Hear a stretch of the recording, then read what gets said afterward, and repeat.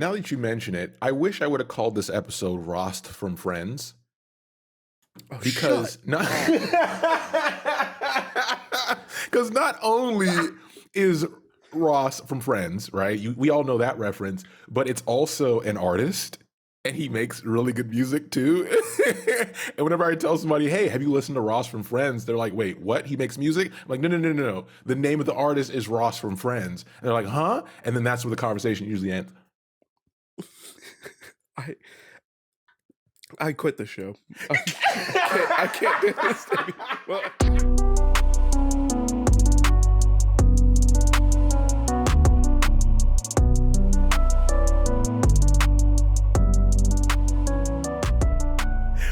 Welcome to Castles of Runeterra, episode 95.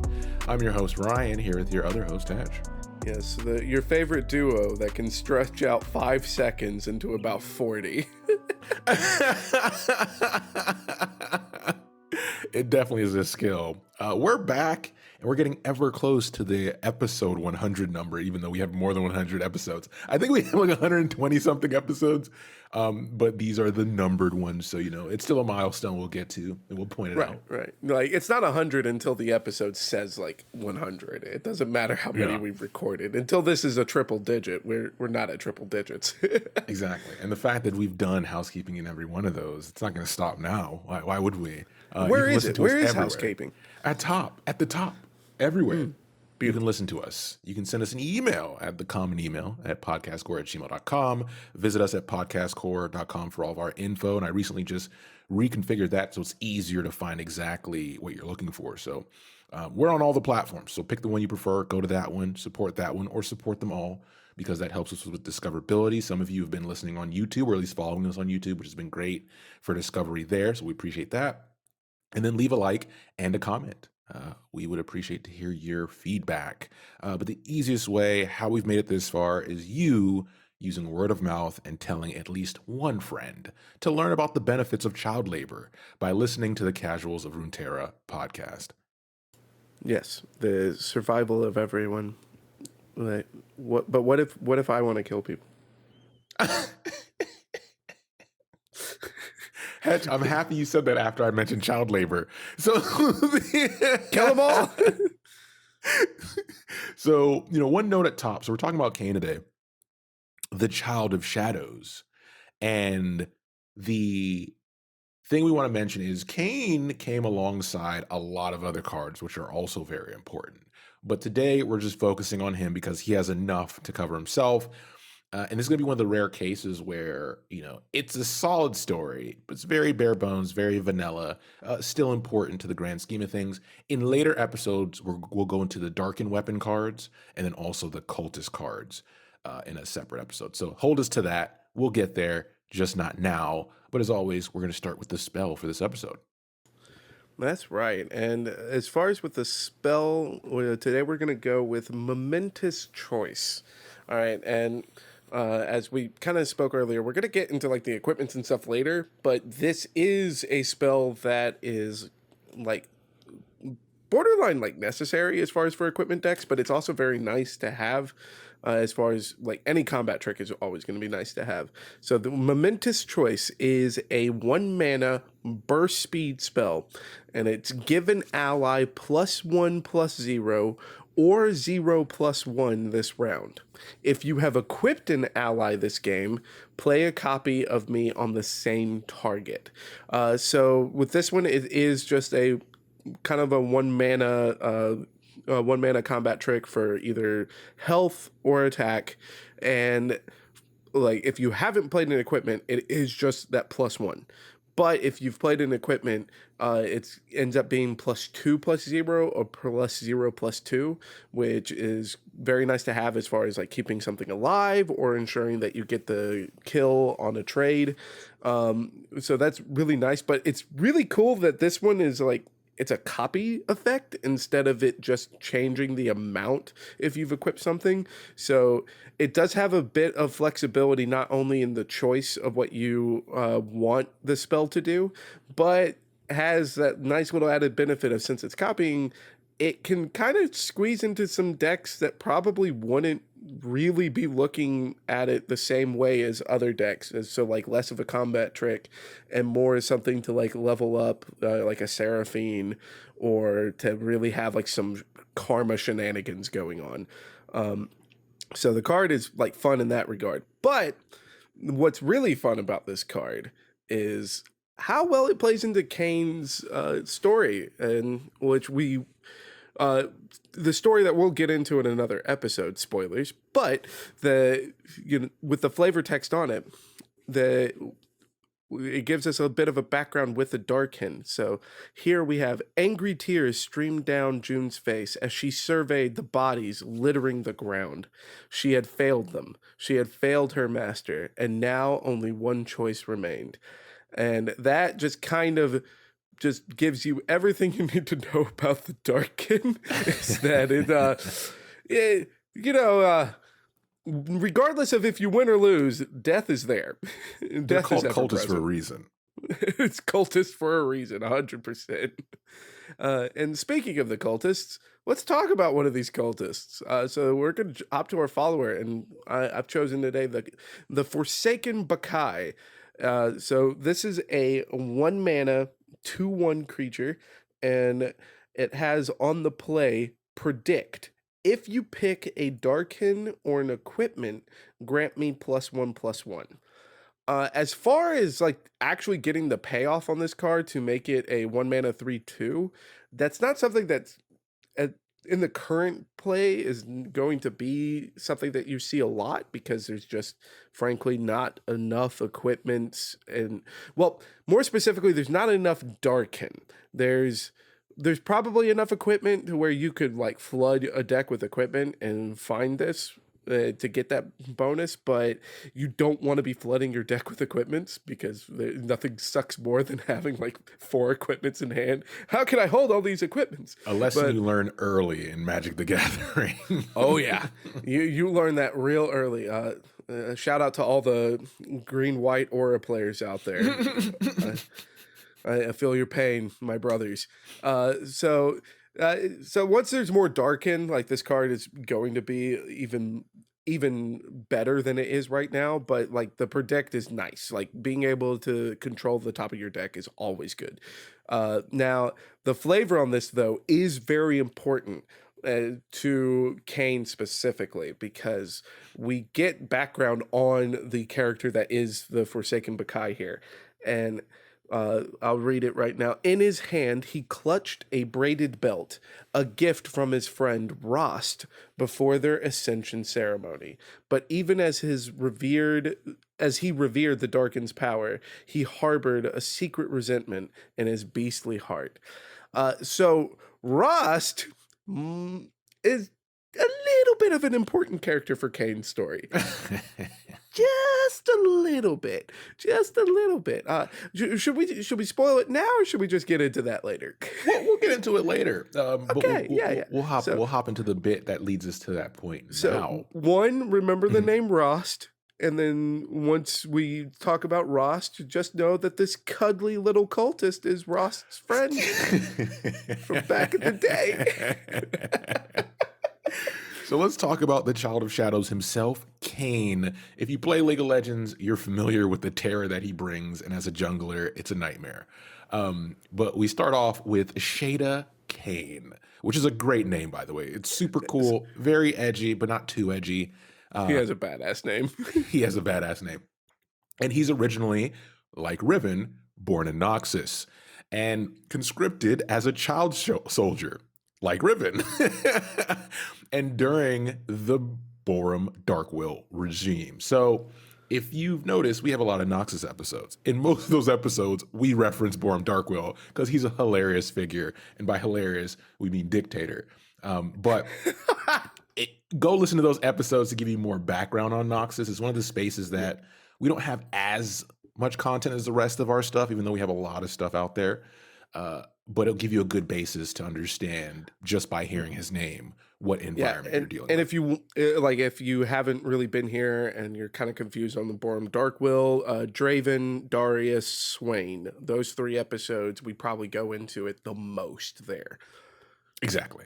So after the Battle of Placidium, or at the Placidium of Navori, which is something we've talked about again in our Ionian episodes, the invaders discovered they could exploit the Ionian compassion, because most of Ionia, they would rather not fight. They want to talk it out kind of thing.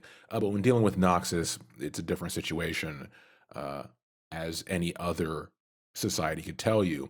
And there's an attack after this point on the province of Barl, with Kayn reluctantly on the front lines with other children in his situation. And he shows no fear in his, as a child soldier, which is not good. That already gives you a mental state we're dealing with. And he originally had a sword that was bigger than his body. He couldn't really wield it at any point. He ditches that and he decides to pick up a sickle, which obviously that's foreshadowing, right? And he decides to do the devil's work, as we like to call it. And in the Noxian wake of this, attack, there's dead farmers, hunters, and even Vestaya. And remember, Vestaya are rare. But in none of these categories do you see soldiers or people deserving of death. So this is obviously something that's meant to send a message instead of actually being strategic in any manner. And that really is like plays into like things that we cover in our Swain and our Irelia episode as far as like what the Noxus invasion is like. This just kind of gives us more of a down on the front line look of what it was like. Which is like, just morally bad for both sides, because it's not like, the Noxians just came in and slaughtered a bunch of Ionians.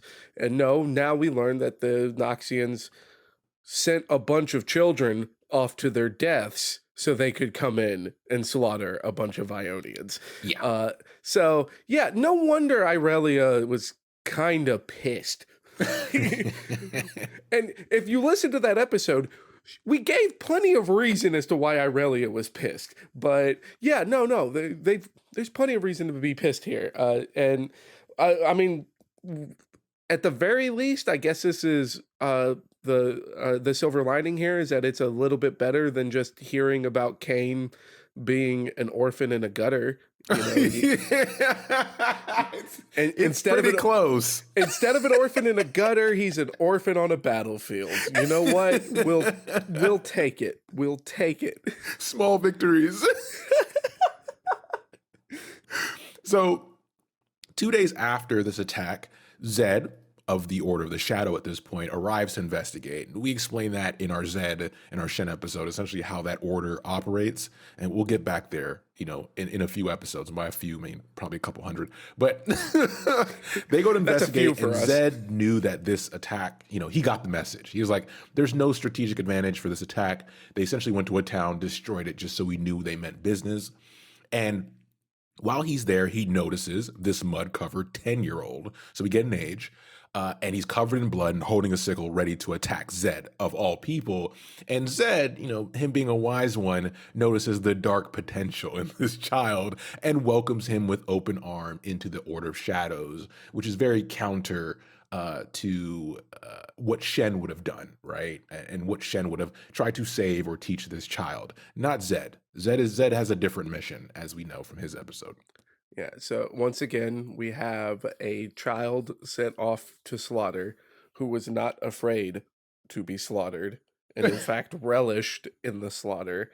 And now the child is recognized by Zed, which if you've listened to those episodes, if you are impressing Zed, it's not because you're a good person. So this is a strong start. We once again end up at the if you find yourself saying they like me for real, you're in a dark place. Shut up. So we move on, and Kayn is now at the temple. He's now studying, and he's a quick learner, and he can use any weapon. He prefers not using weapons. Sometimes he likes to get his hands dirty, and then in addition to that, he also doesn't like wearing armor. He likes to use the shadows and the shadow arts to attack his enemies swiftly. And part of this is because he has a sort of reverence for Zed's abilities and wants to ultimately take his place. And as he performs, he's accelerating through the program because he's a broken person. But his name spreads, and so does his arrogance, and his goal officially becomes to be better than Zed. And Zed knows this. It's kind of like the Sith relationship type thing. I think that's probably the best other media to draw it from is a Sith Lord wants his apprentice to ultimately kill him to take the order. That's the whole point of the hate driving things, right? Driving the machine forward. You stole my comparison. How dare you? Oh, I'm sorry. No, Great minds, great minds, I mean, great minds. great minds. But I mean, it's the perfect analogy though, because it's like, no, like the goal is to raise you up to be someone that can take my place. And if you can take my place, you should be able to kill me. And if I can kill you, it means you're not strong enough to take my place. And that's the kind of relationship that these two have. Yeah. Soccer clubs, pay attention. Yeah. If you want to get better scouting, pay attention. Now that's how the U.S. can get a World Cup. So then we get to his final test, right? To prove his worth. And, we find out that there is a Noxus program, finding weapons, dangerous weapons, and they unearth a darkened weapon in Noxus. And the reason they know about this in Ionia is because they're some of the top scouts. This is including Demacia. They're just good at what they do. They're ninjas for a reason. And in Noxus, they want to stop it from being used or from them finding out how to use it against Ionians because it outclasses a lot of Ionian magic. And a reasonable-minded soldier would go on this quest and try to destroy the living weapon, right? Living weapons are bad. I don't care what media you like. They're usually a bad deal.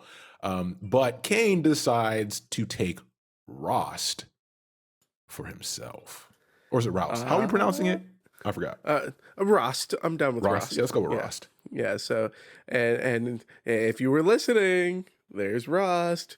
Unfortunately, we don't get at this point his furry little friend, but we are pulling up Rhaast, and yeah, again, like living weapons always bad, yeah, never good. But the story does not end with Rhaast being destroyed here. So yeah, what happens to Rhaast? Yeah, I mean, he touches it, which is the first mistake. He touches the living weapon and he becomes corrupted.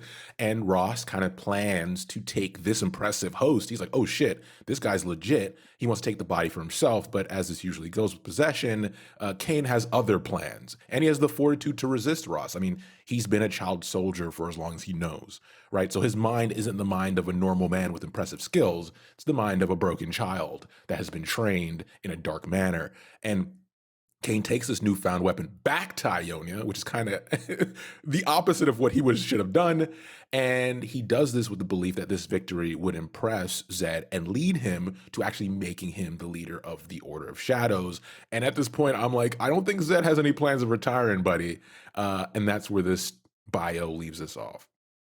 Yeah, I mean, like the moral of this story really is the importance of social distancing, right?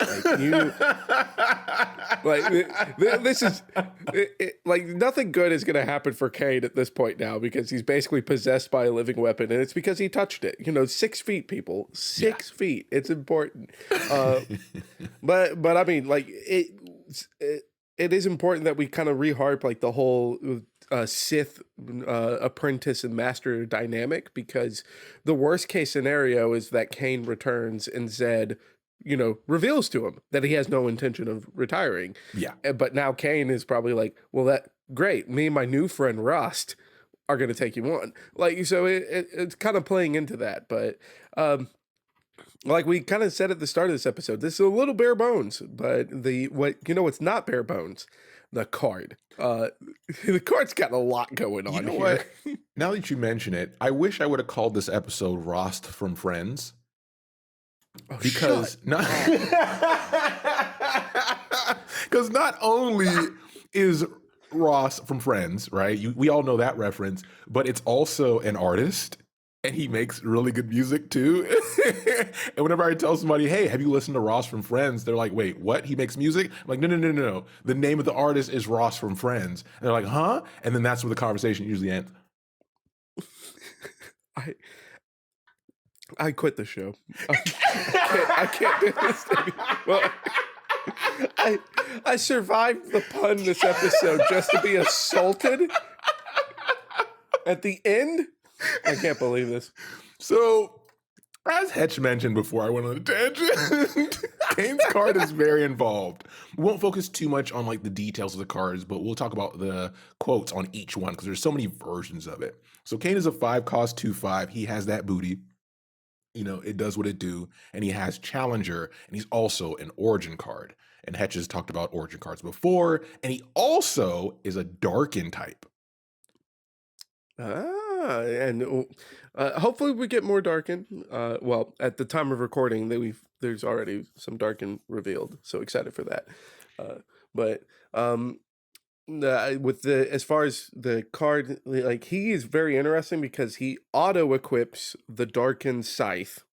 So he's going to create and auto equip the scythe as far as like an equipment. So if it's the first equip that you played, you don't have to pay the extra mana for it. And then when I kill an enemy, heal me for 2, and I level up when I have struck twice. And when I level up, recall me. The card has so much crap going on. Yeah. So then we have the scythe that he can equip himself with, which on attack grants you +1/+0, right? Right. And then the level up is when he was returned to your hand, he becomes a 0 cost. And this is where we get the fun bit of him matching his League of Legends gameplay, because he costs 0. And then on the play, transform me and all copies of me into Rhaast or the Shadow Assassin. So like you get to choose as far as which version is coming out. And it's interesting because both versions are very different from each other. So I'll go ahead and cover Rhaast, I guess, which is so if you play him as Rhaast, he is a 3/6 with Overwhelm and Challenger. And the auto equip is that he equips the Corrupted Scythe. So the Corrupted Scythe is still the same thing as giving +1/+0 when he attacks. And when I kill an enemy, fully heal me and heal your Nexus to 2. So Rhaast is going to beat people up. Yeah. So what does the Shadow Assassin do? The Shadow Assassin auto equips the Shadow Scythe, as well as being an evasive unit with challenge, and that Shadow Scythe will give you +2/+0 on attack. So it's one of those things where it's like either way you're getting a raw deal if you're on the other side of this. But the most important part of the way these cards are displayed is that it gives us more detail about the transformation process of Kayn and how he's using both the power he gained through learning or being taught by Zed and the power he gained by interacting with Rhaast over a long period of time. And we get some details to back this up because uniquely, this is not actually included in his bio or the story we'll talk about in another episode. So on the first side of the card, we have, as another body fell, Kayn let out a gleeful laugh, knowing that he would soon unleash the second darkened weapon that lay below. That must be a terrifying concept. The second one. God. Like, what, like a living weapon is already a bad idea. But what if we have 2? So within him, Rhaast anticipation grew, knowing that Kayn's undoing was finally near. So what this gives us is that with Kayn, because he has so much, pure anger within him and essentially a temper to boot, the more his temper flares, the more it feeds Rhaast and the better chance it gives him of taking over Kayn. And like, it's really highlighting this tug of war there too, because Rhaast doesn't want to be friends. This is again come full circle, baby. Rhaast for friends. I hate you so much, but you've become what you hate. that he has come to do the dirty work. But like this, Rhaast. This is we keep harping on the Sith relationship Yeah. because it is important to point out that this is a constant struggle, a constant battle. This is not Naruto, all right? Kayn is not busting out talk no jutsu to beat Rhaast, all right? He is fighting for his life, and Yeah. Rhaast is also fighting for Kayn's life. So that's definitely like highlighted here. But then when we get like the flipped cane, so the cane in your hand has a different text than like the other canes, and like this one kind of gives like kind of more of a look of like what is going on in like Kane's head as far as like when the fighting is like he's more on the losing end.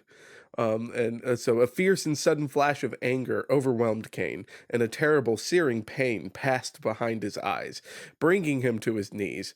Rost's triumphant laughter echoed all around him, mocking and merciless. He had known this day would come, the day he would finally prevail or lose himself to the Darkin. So yeah, like it's not like Kayn is enjoying this, all right? Despite all of the maniacal laughter Yeah. and all of the smiling, Kayn is not having a good time. Yeah, and this then takes us into the other cards we mentioned. Like we said, we hope you're keeping up with this. It's a lot, right? It's almost its own story in itself. But when you choose the Rhaast version, it's Rhaast let out a triumphant howl. Years of waiting, yearning, and now he was finally free. He lifted Zolanai's blades and put them to his tongue. Savoring the taste of fresh blood, he closed his eyes in bliss, and a smile crept across his face for the first time in millennia. The reaping had begun. So yeah, Rhaast, totally a good guy. But the it is interesting here because we get another name, which is the Zolanai. And we know nothing about Zolanai as far as at this point, like this first time that we're hearing it, but Zolanai is connected to the Darkin weapons. So Zolanai has some connection to creation of living weapons. So that this is definitely something as far as like when we're growing that world that we get very interested in is who the hell is Zolanai?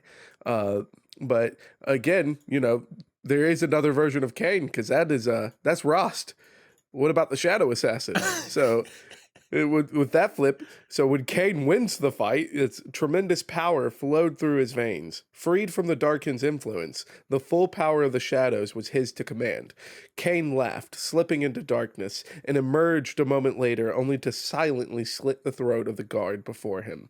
So, like, it's kind of weird because if like Kayn wins, it's not so much that Rhaast like it loses all of his power. Like Kayn wins and he's just tapping into Rhaast, Yeah. but he's tapping into it to control his shadow magic that he learns from Zed, and like feeding into that instead of feeding it into his scythe.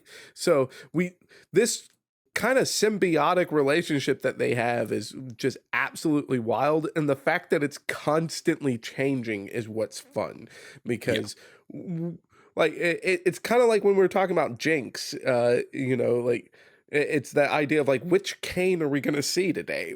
Who knows? Kayn doesn't even know. And so we're not finished, by the way. So the two weapons that come alongside these also have additional details. So for when Rhaast wins, right, we have the corrupted scythe saying, as Kayn yielded his spirit to the Darkin, his anger subsided and an unbearable emptiness was left in its place. The young warrior was gone, only Rhaast remains. Now, the reason I focused and emphasized that word is because if you've listened to our Evelyn episode and our conversations we've had about like Ari, Evelyn, and Elise, that has more meaning than you think for us specifically. But then you have his shadow scythe. And what does his shadow scythe say? So the shadow scythe is that Kayn's anger grew into a fearsome blaze. Oh God, Oh, no. Sorry, computer issues. Okay. Technical issues. Oh, no. Fearsome blaze amidst Rhaast's furious screams. The Darken's hold on the Shadow Warrior burned away, and when Kayn rose to his feet, he knew the full power of the Darken was his to command. So yeah, like it's this constant like tug of war of like who's going to control the body, but their power is going together. Like it's absolutely wild as far as just having this constant back and forth. Yeah, props to people who made the cards because I'm sure there was a lot of confusion on like what goes where, what are we trying to represent for which part of all these 16 cards that are just one technical card. And it's one of the ultimate representations of why it's great we have digital card games, because you couldn't do this in a normal card game with like paper, right? It's just it would be too much of a nightmare to manage. Could you imagine how many freaking tokens you would have to have? Separate deck box to try to play this card, and then like on top of that, like trying to keep up with the crap. If like oh well, I bounce it back to your hand. It's like oh well, crap. Like I mean, but it's a token. So like, hang on, I flipped it right. So. Like, no, absolutely not. I'm not keeping up with that. Like, I'll let the computer do it. So with, speaking of tokens, the final part that essentially is a summation that Hetch has mentioned over and over again, hopefully we've beaten it into your head, is on his, since he's an origin card, he has an origin token that essentially allows him to be played with other cards. And it says that only two outcomes are possible. Either Kayn bends Rhaast to his will, or he is consumed by it. Pretty straightforward, and that's kind of the final card with details on Kayn, and that's where we essentially leave off with this info, but leads us into what we just mentioned is that, Kayn as a character he's not a manifestation of evil. He is a human child who is put through enough torture and torment and then is put into, Zed's safekeeping, quote unquote, to become even more evil and dark and twisted, so that it essentially hollows out any potential he had for being human. So he ultimately gets to the same point that we talk about in Elise, who is born from evil, and Ari, who's born of essence, where he's a fresh shell to be corrupted, and he behaves as such. Yeah. And not only does he behave as such, but he also just, exceeds the expectations that of someone who is going to be put through all of that horrible crap. Because it's like Zed saw in him like a professional assassin. Yeah. And Kayn absolutely exceeded all of Zed's expectations. Yep. So those are not the kind of expectations as a moral human being that you would want someone to exceed. Exactly. So with that, we hope we made this a little bit more interesting. We always talk about this, but as we said up top, Kayn's story is one of the more lackluster ones. We always praise their stories. It's pretty simple. It's pretty straightforward, but Legends of Runeterra, the creators and designers, have used these cards to push it further down the pipe as far as how good it is, right? And it's given it more meat on the bones. So props to them, and hopefully we'll get more meat on top of those bones when the MMO comes about, which we can't wait for, obviously. But we wanted to make sure we portrayed this to you as well, so you get the full breadth of the content here. Yeah, and this is one of the reasons why we have enjoyed Legends of Runeterra so much, is that we've already enjoyed the stories, and even they've shown us that even with a story that we don't particularly enjoy, cough, cough, orphan origin stories, like they're using Legends of Runeterra to give more luster to it and make it more appealing. So what isn't there to like? We love it. Yes, and with that, thank you for listening, and we'll be back soon with the next episode. Yeah, take care, everybody.